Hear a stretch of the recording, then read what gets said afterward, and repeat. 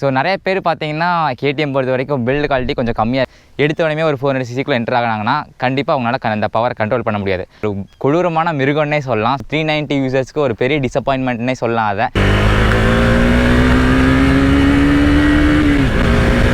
So சொன்ன மாதிரி quick shifter இருக்குது. Hey guys, welcome back to the channel. So எல்லோரும் எப்படி இருக்கீங்க? நல்லா இருப்பீங்கன்னு நினைக்கிறேன். அண்ட் 2021 நம்மளோட first video shoot KTM Duke 390 shoot பண்ணுறோம். அண்ட் இது பார்த்திங்கன்னா நமக்கு BS6 வண்டி தான். ஸோ ஃபஸ்ட் ஆஃப் ஆல் உங்களுக்கு நான் 2 மெயினான விஷயம் சொல்ல விரும்பிக்கிறேன். ஸோ நிறைய பேர் பார்த்தீங்கன்னா கேடிஎம் பொறுத்த வரைக்கும் பில்டு குவாலிட்டி கொஞ்சம் கம்மியாக இருக்குன்னு சொல்லி பார்த்துருப்பீங்க. ஸோ அப்படி சொல்கிறவங்க கிட்ட எதனால் சொல்கிறாங்கன்னு ஃபஸ்ட்டு கேளுங்க.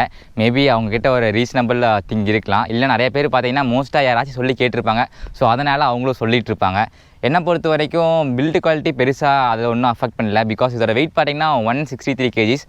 நிஞ்சா 400 வெயிட் பார்த்தீங்கன்னா 173 kg. ஸோ ஒரு 10 kg தான் டிஃப்ரென்ஸ் ரெண்டுக்கும். ஸோ அந்த பைக் பார்த்தீங்கன்னா ப்ரைஸ் வைஸுமே 1 lakh 2 lakh ஜாஸ்தியாக இருக்குது. அண்ட் பவர் வைஸும் ஒரு 7 PS ஜாஸ்தியாக இருக்கும். அண்ட் டியூக் 390 பொறுத்த வரைக்கும் நிறைய பேர் புதுசாக என்டர் ஆகிறவங்களுக்கு இந்த பவரை வந்து கண்ட்ரோல் பண்ணுற அளவுக்கு எபிலிட்டி கிடையாது. ஸோ அதனால் எங்கேயாச்சும் போய் கிராஷ் ஆனதுக்கப்புறம் பில்டு குவாலிட்டி கம்மி அது மாதிரி சொல்கிற இஷ்யூஸ் எல்லாம் இருக்குது.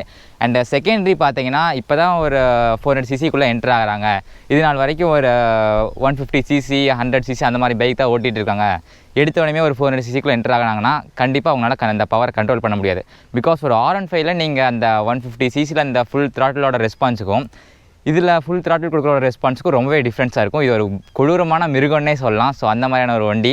அண்ட் இந்த வண்டியை பற்றி தான் நம்ம இன்றைக்கி வீடியோவில் ஃபுல்லாக பார்க்க போகிறோம். ஸோ வீடியோக்குள்ள பார்க்கணும் நம்ம சேனல் சப்ஸ்கிரைப் பண்ணாமல் இருக்கவங்க சப்ஸ்கிரைப் பண்ணிடுங்க. அண்ட் கூடவே அந்த பெல் ஐக்கனும் கிளிக் பண்ணிடுங்க. ஸோ வண்டியோட லுக்கை பொறுத்த வரைக்கும் காம்ப்ரமைஸே கிடையாது. ஃப்ரண்ட் லுக்காக இருக்கட்டும், அந்த ஹெட் லேம்ப்பாக இருக்கட்டும், சைடில் அந்த ஃபேரிங்ஸாக இருக்கட்டும், இல்லை பின்னாடி அந்த டெயில் லேம்ப்பாக இருக்கட்டும், ஸோ எல்லாமே ஒரு அட்டகாசமான டிசைனில் கொடுத்துருக்காங்க. ஸோ யாருமே பிடிக்கல அப்படிங்கிற மாதிரி சொல்ல மாட்டாங்க.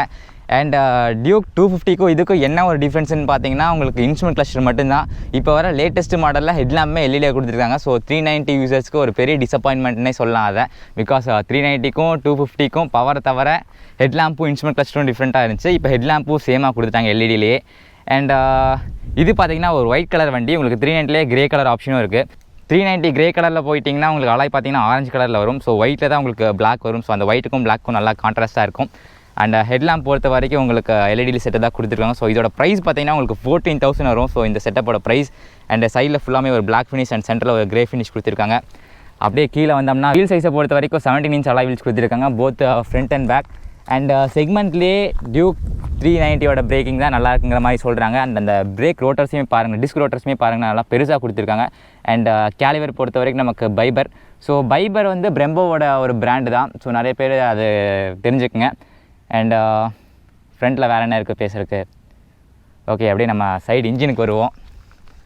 ஸோ இன்ஜினை பொறுத்த வரைக்கும் நமக்கு single cylinder 4 valve liquid cooled engine.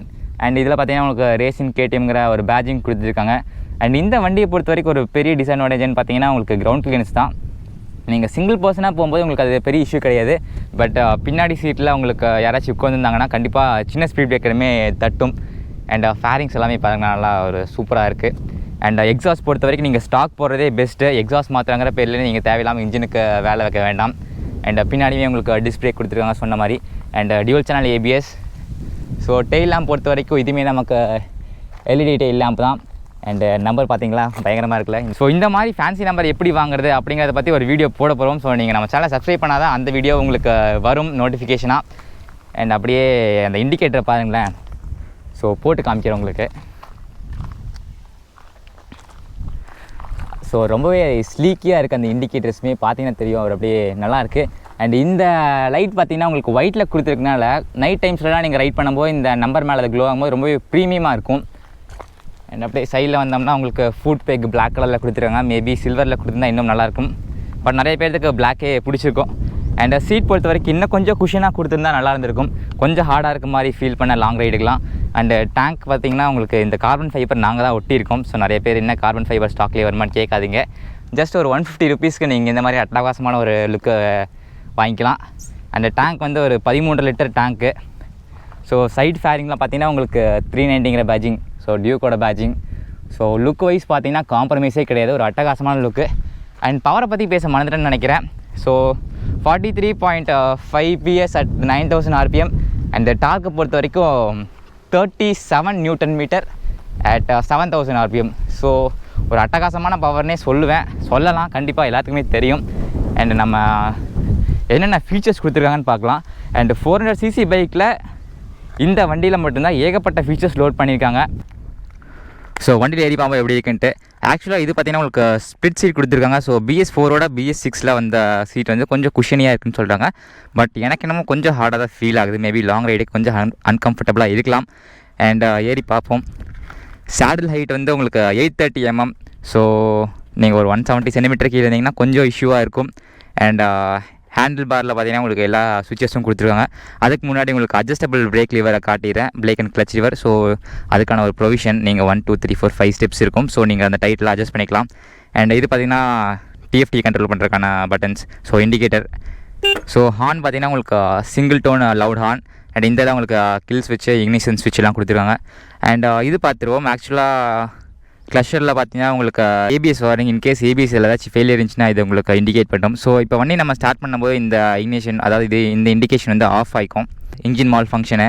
And இதெல்லாம் உங்களுக்கு வார்னிங் லைட், அதாவது வண்டியில் எந்த ஒரு வார்னிங் இருந்தாலும் உங்களுக்கு இது இண்டிகேட் பண்ணிடும். அண்ட் இது பார்த்தீங்கன்னா ஆயில் சேஞ்ச் இண்டிகேட்டர். அண்ட் மேலே பார்த்தீங்கன்னா உங்களுக்கு கியர் இண்டிகேட் பண்ணும். ஸோ இப்போதைக்கு வண்டி ஆனில் இல்லை, அதனால் உங்களுக்கு அது காட்டல. அண்ட் இது வந்து speedometer, fuel gauge, temperature gauge and other informations உங்களுக்கு எல்லாமே இந்த இடத்துல வந்துடும். ஸோ டைம் எல்லாமே. அண்ட் இதில் என்னென்ன இன்ஃபர்மேஷன்ஸ் இருக்குன்னு பார்ப்போம். ஸோ ஆக்சுவலாக இப்போ நம்ம சைட் ஸ்டாண்ட் போட்டிருக்கனால அந்த சைட் ஸ்டாண்டுக்கு ஒரு வார்னிங் வருது தெரியும்னு நினைக்கிறேன். ஸோ மோட்டார் சைக்கிளில் போனீங்கன்னா நீங்கள் ABS ஆஃப் பண்ணிக்கலாம். ABS ஆஃப்ங்கிறது என்னென்னு பார்த்தீங்கன்னா பேக் வீலில் இருக்க ABS வந்து ஆஃப் ஆயிரும், அதாவது அன்ஃபங்க்ஷன் ஆயிரும். இன்கேஸ் நீங்கள் ஸ்டண்ட் மாதிரி அது மாதிரியான இதெல்லாம் ஸ்டப்ஸ்லாம் பண்ணணும்னு பார்த்தீங்கன்னா நீங்கள் இது ஆஃப் பண்ணிக்கலாம். அண்ட் நெக்ஸ்ட்டு செட்டிங்ஸில் பார்த்தீங்கன்னா உங்களுக்கு குயிக் செலக்டரு, ப்ளூடூத் கனெக்ட் பண்ணிக்கலாம். ஸோ ப்ளூடூத் பார்த்தீங்கன்னா உங்களுக்கு உங்கள் மொபைலில் வண்டியோட கனெக்ட் பண்ணிக்கலாம். ஸோ இன்கேஸ் நீங்கள் ஒரு ரைடில் இருக்கும்போது யாராச்சும் கால் பண்ணாங்கன்னா உங்களுக்கு யார் கால் பண்ணுறாங்கன்ட்டு இதிலேயே வந்துடும். And display theme. So display தீமில் ஆட்டோமேட்டிக்கில் நம்ம இப்போ வச்சுருக்கோம். ஸோ நைட் மோட் போயிட்டிங்கன்னா உங்களுக்கு ஃபுல்லாக பிளாக் அவுட் ஆயிரும், இப்போ தெரியும்னு நினைக்கிறேன். ஸோ நைட்டில் இது நல்லாயிருக்கும். ஸோ இப்போதைக்கு மார்னிங்கில் உங்களுக்கு கொஞ்சம் பிரைட்டாக இருந்தால் தான் நல்லாயிருக்கும். Okay. So shift light. So shift light பார்த்திங்கன்னா உங்களுக்கு எந்த RPMலாம் உங்களுக்கு கியர் ஷிஃப்ட் பண்ணுறதுக்கு இண்டிகேட் பண்ணும் அப்படிங்கிறது. And next clock, date, units, language change பண்ணிக்கலாம். ஸோ சர்வீஸ் இதெல்லாம் பார்த்திங்கன்னா உங்களுக்கு நீங்கள் ஷோரூமில் அது பார்த்துக்கோங்க. ஸோ இந்த வண்டியை பொறுத்த வரைக்கும் உங்களுக்கு ஸ்ப்ளிட் ரிலீஸ் ஃப்ரேம் கொடுத்துருக்காங்க. ஸோ இன்கேஸ் பேக் கிராஷ் ஆகிடுச்சுன்னா நீங்கள் பேக்கை மட்டும் தனியாக கழட்டி ஒர்க் பண்ணிக்கலாம். ஸோ ஃப்ரண்ட்டை தனியாக கழட்டி ஒர்க் பண்ணிக்கலாம். ஸோ மற்ற வண்டியிலலாம் பார்த்தீங்கன்னா சிங்கிள் ஃப்ரேம் தான் இருக்கும். ஸோ ஏதாச்சும் கிராஷ் ஆச்சுன்னா கம்ப்ளீட்டாக கழட்டி ஒர்க் பண்ணுற மாதிரி இருக்கும். இந்த வண்டியில் ஸ்ப்ளிட் ஃப்ரேம் கொடுத்துருக்காங்க. அண்ட் இன்னொரு விஷயம் பார்த்தீங்கன்னா உங்களுக்கு 7 ஸ்டெப் அட்ஜஸ்டபிள் மோனோசாக் சஸ்பென்ஷன் கொடுத்துருக்காங்க. ஸோ அது ஒரு நைஸ் திங். அண்ட் அது பார்த்தீங்கன்னா உங்களுக்கு ஒயிட் கலரில் பெயிண்ட் பண்ணியிருக்கனால ரொம்பவே அட்ராக்டிவாக தெரியுது. அண்டு ஆரஞ்சு கலரில் இருக்க, அதாவது கிரே கலர் இருக்க வண்டி பார்த்தீங்கன்னா ஆரஞ்சு அலாயோட வந்திருக்கும். ஸோ அந்த ஆரஞ்சு லவர்ஸ்லாம் பார்த்தீங்கன்னா கண்டிப்பாக அதுதான் சூஸ் பண்ணுவாங்க. And all LED lights. So ஒரு அட்டகாசமான வண்டி. ஸோ ஒரு ரைடை போயிட்டு வந்துடுவோம். ஸோ வண்டியில் இறக்கணும்னு நம்ம சேனல் சப்ஸ்கிரைப் பண்ணாமல் அவங்க சப்ஸ்கிரைப் பண்ணிடுங்க. அப்போ தான் வண்டியில் ஏற்றுவேன், இல்லைன்னா நோ. ஓகே. ஸோ ஆங்கிள் கரெக்டாக இருக்கா கைஸ்? ஸோ ரோடு தெரியுதா, கிளஸ்டர் தெரியுதா? Okay. So ready to race. Kill ஸ்விட்ச் போட்டாச்சு, இக்னிஷன் ஆன். ஸோ சவுண்டு பார்த்தீங்கன்னா உங்களுக்கு ஸ்டாக்லேயே நல்லாயிருக்கு, எனக்கு பிடிச்சிருக்கு. And let's go.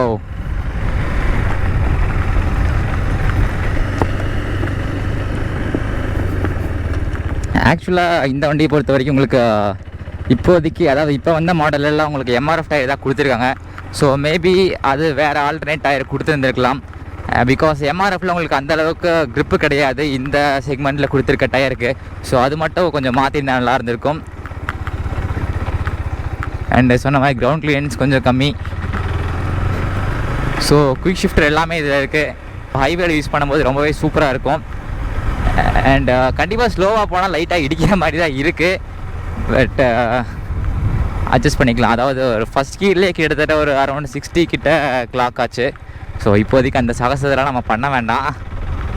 Quick shifter இருக்கனால இன்னுமே கொஞ்சம் அட்வான்டேஜ் ஹைவேலாம் போகும்போது. ஸோ நீங்கள் கியர் மாற்றும் போது அந்த இருக்க ஸ்பீட் லேக்லாம் உங்களுக்கு பெருசாக இருக்காது. அண்டு ஸ்பீட் பிரேக்கர் தான் கொஞ்சம் பெரிய பிரச்சனை. ஸோ கொஞ்சம் பார்த்து தான் ஏற்றணும், பிகாஸ் கீழே தட்டும். அண்டு ஓவர்டேக்கிங்லாம் எடுக்கும்போது ரொம்பவே கான்ஃபிடெண்ட்டாக ஓவர்டேக் பண்ணலாம். ஸோ அந்தளவுக்கு ரொம்பவே ஒரு கான்ஃபிடென்ஸாக இருக்கும். பிகாஸ் பவர், அவ்வளோ பவர் இருக்குது. ஸோ அந்த அட்ரினலின் ரஷ்ஷா பெருசாக நமக்கு அதெல்லாம் வாயில் வரதில்ல. சரி, எதுக்கு அதெல்லாம் விட்டுருவோம். ஸோ ஸ்பீட் பிரேக்கர் வந்தால் மட்டும்தான் கொஞ்சம் பார்த்து ஏற்றணும், அது மட்டும் கொஞ்சம் நோட் பண்ண வேண்டிய ஒரு விஷயம். ஸோ ஸ்பீட் பிரேக்கர் கிட்ட கொஞ்சம் சிரமப்பட வேண்டியதாக இருக்குது. மற்றபடிக்கு அந்த வண்டியோட புல்லிங் பவர் எல்லாமே ரொம்பவே அட்டகாசமாக இருக்குதுன்னு நான் சொல்லுவேன். ஸோ அந்த சைட் மிரரோட விசிபிலிட்டியுமே ரொம்ப நல்லா இருக்குது. ஃப்ரேம் அதாவது மிரர் பார்க்க உங்களுக்கு சின்னதாக தெரியலாம், பட் அந்த வியூ நல்லா கரெக்டாக தான் இருக்குது. ஸோ அதை பொறுத்த வரைக்கும் உங்களுக்கு ப்ராப்ளம் எதுவும் கிடையாது. அண்ட் இன்ஃப்ரண்ட் கிளச்சும் நல்லா ஒரு கொஞ்சம் ப்ராடாக, அதாவது என்ன ஃபேஸ் பண்ணி இருக்கனால ஸோ ரைடில் இருக்கும்போது ஏதாச்சும் இன்ஃபர்மேஷன் வேணாலுமே நான் இதை பார்த்துக்கலாம் டக்குன்ட்டு. ஸோ ஒரு டிஸ்டர்பன்ஸாக இருக்காது அது.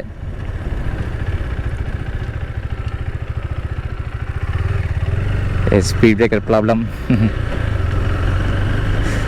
ஸோ நம்மளோட ஃபஸ்ட்டு ப்ராப்ளமே நமக்கு முன்னாடி இருக்குது, இதோ இந்த ஸ்பீட் பிரேக்கர் தான். ஸோ கொஞ்சம் கேர்ஃபுல்லாக தான் ஏற்றணும். ஸோ அது ஒரு பெரிய இஷ்யூ. நீங்கள் பின்னாடி ஆளில் உட்காந்துருந்தால் கண்டிப்பாக தட்டும். நான் கொஞ்சம் வெயிட் கம்மிங்கிறதுனால எனக்கு பெருசாக அது இஷ்யூ கிடையாது. அண்டு வண்டி ரைட் பண்ணுறதுக்கு ரொம்பவே நல்லா இருக்குது. அந்த ஹேண்ட்லிங்கு, பொசிஷன். ஸோ கொஞ்சம் பேக் பெயின் வர மாதிரியான ப்ராப்ளம்லாம் இருக்குன்னு நினைக்கிறேன், பிகாஸ் ரொம்பவே ஸ்ட்ரைட்டாக உட்காந்துருக்கனால. பட் அதுவும் கொஞ்சம் பெட்டர் தான், கொஞ்சம் போல்டான ஒரு சிட்டிங் பொசிஷன் அது. நிறைய பேர்த்துக்கு கொஞ்சம் ஆக்வர்டாக இருக்கும். இப்போ அந்த பழைய டியூக்கில் பார்த்தீங்கன்னா யாராச்சும் ஓட்டிட்டு போகும்போது அதாவது லீனாக இருக்கவங்களாம் ஓட்டிட்டு போனாங்கன்னா ரொம்ப ஆக்வர்டாக இருக்கும், ரொம்ப ஒரு ஸ்ட்ரைட்டாக இருக்கும், அந்த நிமிந்து உட்காந்து ஓட்டிட்டு போகிற மாதிரி. பட் அதுவும் கொஞ்சம் போல்டாக தான் இருக்கும், அது ஒரு பெரிய இஷ்யூவே கிடையாது. அண்ட் இந்த வண்டியோட மைலேஜ் பொறுத்த வரைக்கும் பார்த்தீங்கன்னா உங்களுக்கு அரௌண்ட் 25 கிடைக்கிது நார்மலாக. பட் நீங்கள் புஷ் பண்ணிங்கன்னா உங்களுக்கு ஒரு 35 கிட்ட வரைக்குமே நீங்கள் கெயின் பண்ணலாம் மைலேஜ் பொறுத்த வரைக்கும்.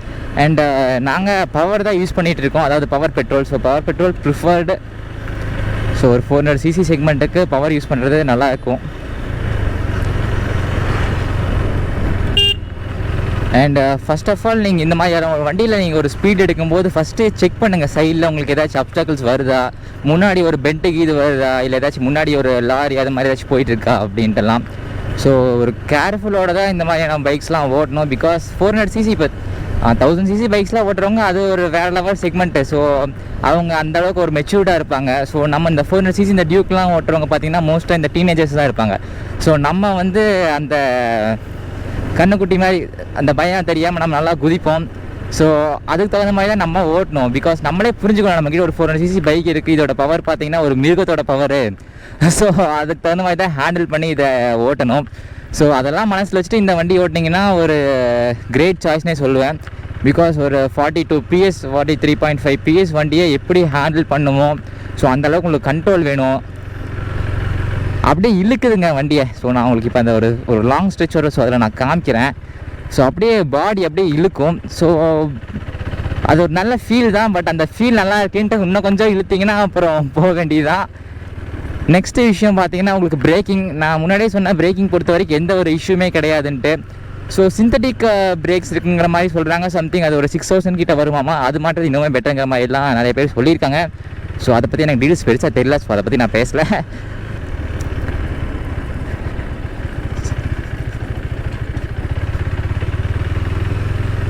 அண்ட் சீட்டிங் கம்ஃபர்ட் பொறுத்த வரைக்கும் அந்த பொசிஷன், இந்த தை பார்த்திங்கன்னா அப்படி நல்லா டேங்கில் கிச்சன் பிடிச்சிருக்கு. ஸோ அதுவுமே நல்லா உட்காரக்கு கொஞ்சம் கம்ஃபர்டபுளாக தான் இருக்குது. ஸோ நம்மளோட ராங் ஸ்ட்ரெச் வந்துருச்சு. ஆக்சுவலாக பொறுமையாக ஓட்டணும். பட் எதுவும் அப்டாக்கிள் இல்லைன்னா நம்ம ஒரு அழுத்தி பார்க்கலாம் வண்டியை. ஸோ மெயினாக அந்த டாக்ஸ் ப்ராப்ளம் தான் இருக்கும். பட்டு டாக் இங்கே எடுக்க வந்திருக்கு தலைவரே. ஓகே அழுத்துவோம்.